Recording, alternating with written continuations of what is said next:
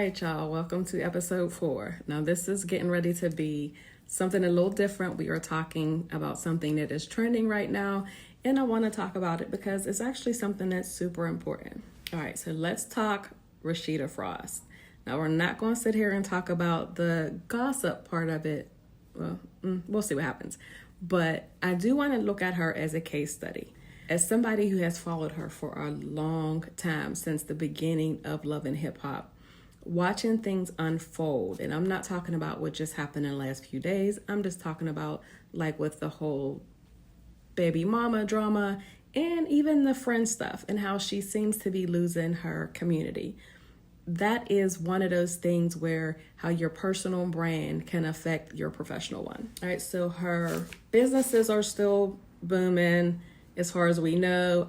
Here's the thing, I respect her in that way, like the way she is on it when it comes to that, her restaurant, and just what they do. Like, I love that part. That's one of the reasons why I follow her, and I actually met her at one time.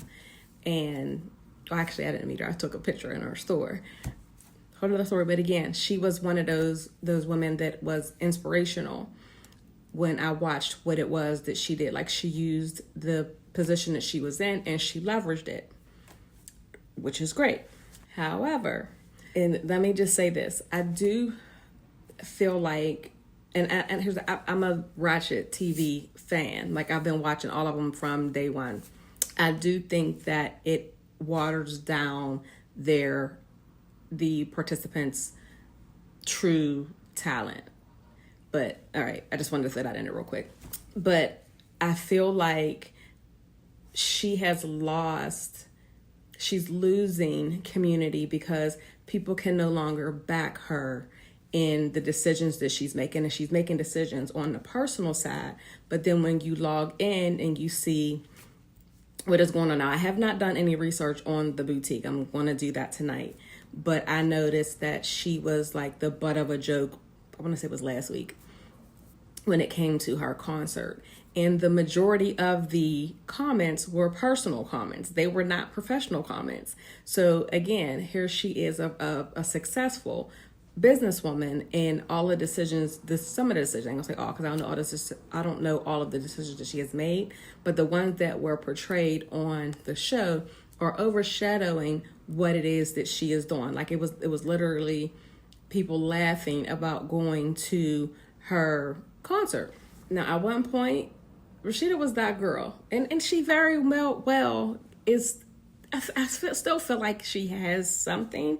It's just that the respect that people had for her, the backing, the support that she had is no longer there because so many women did not, and actually the crazy part is there's men too, did not or do not agree with how she handled the Jasmine situation. And I'm not even just to say the Jasmine situation, it's also how she handled her husband. So there has been a lot, and I've been scrolling, there has been a lot of feedback on how we know that she did a song, we know she's not leaving Kirk, all of that. So all of those things overshadowed the professional and what was going on with her community. Now, she may very well be doing well behind the scenes, but what it shows on social media is that people are like not loving it.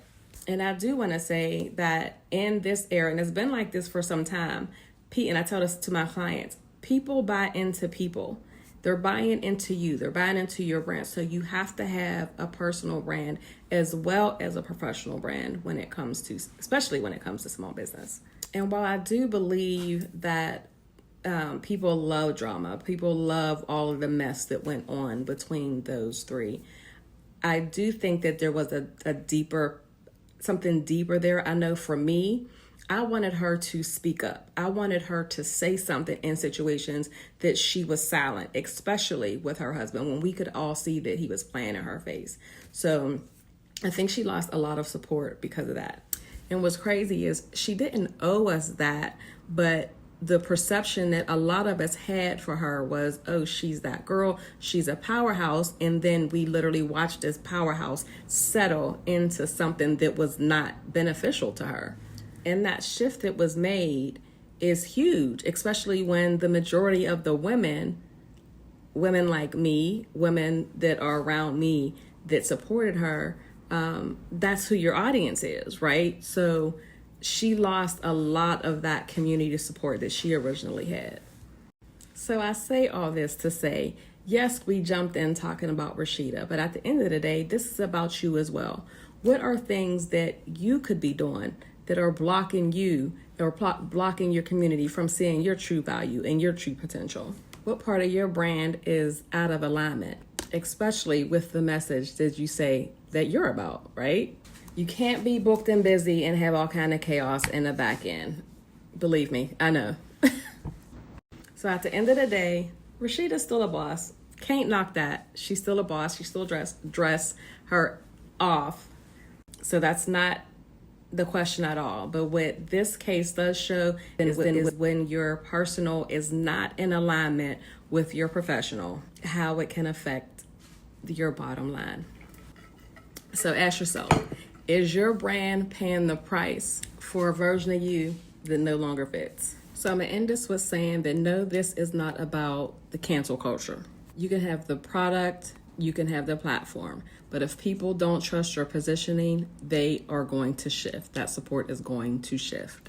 As entrepreneurs and always being in the public, we really have to remember that perception is power. It might not be about who's watching, but about who's quietly walking away. So this is a reminder to check the brand behind the brand. And as always, talk your shift. See you next time.